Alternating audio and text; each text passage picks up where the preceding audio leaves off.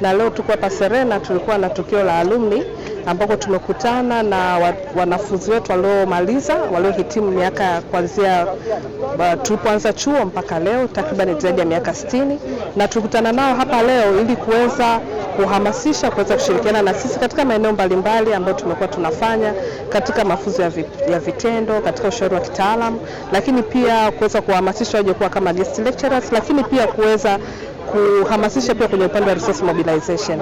Lakini pia tulikuwa na uchaguzi kwa ajili ya viongozi wetu wapya. Kuna wengine walikuwepo ambao wamemaliza muda, kwa tunashukuru tumeweza kupata uongozi mpya ambao tunaamini kwamba sasa tutaweza kushirikiana zaidi na kuweza kuhamasisha alumni kuweza kushiriki katika shughuli za taasisi yetu. Kama wote mnavyofahamu, CBE ni chuo cha elimu ya biashara ambao kazi zetu kuu ni 3: kutoa taaluma ya biashara, kufanya tafiti na kutoa ushauri wa kitaalamu.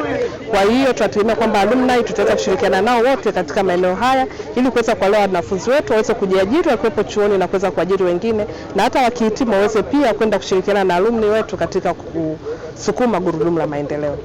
Unapokuwa mwanafunzi, kwa sababu huyu alumni ndio anakuwa mwanafunzi, na ukiwa mwanafunzi kitu cha muhimu sana labda kuchagua ile mitaala. Unachukua mitaala gani? Kwa mfano mimi nilisoma uhasibu.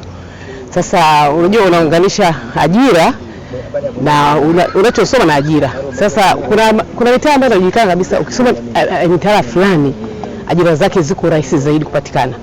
Au kama sio ajira kupatikana, ajira unaweza kujiajiri. Ni zile mfano kama uhasibu. Uhasibu katika hakuna shughuli yoyote duniani ambayo inahitaji uhasibu.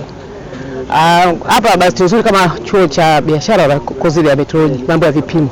Watu wengi tunalalamika vipimo sio vizuri, vipimo nyama ndogo nini. Lakini wengi wanataka wataalamu wa vipimo.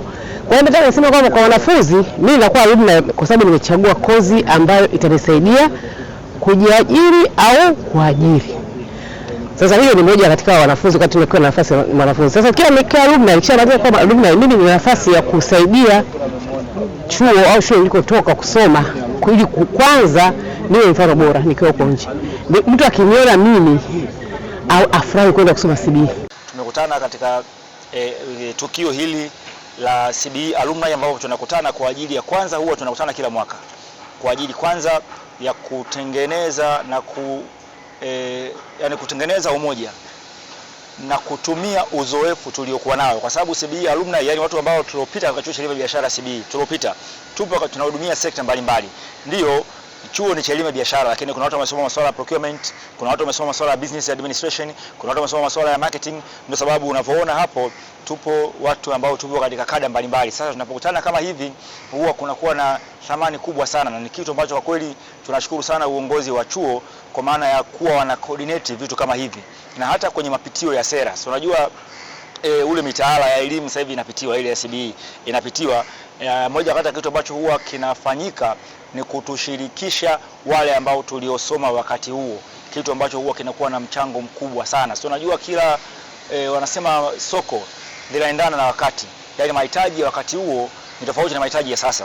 Kupata watu wa kuwasaidia wahitimu wengine wana makampuni yao, kwa maana hiyo wanawachukua wahitimu wa CBE kwa ajili ya kujipatia mafunzo ya kazi kama intern, alafu na pia kuorganize wakati wa graduation wanakuwa kuna convocation ambayo kila mhitimu mwenye biashara zake, mwenye vitu anavyofanya, kunakuwa na maonesho kwenye kila graduation. Kabla ya graduation kunakuwa na maonesho ambayo kila mhitimu anapata fursa ya kuonesha ufanisi wa vitu anavyovifanya.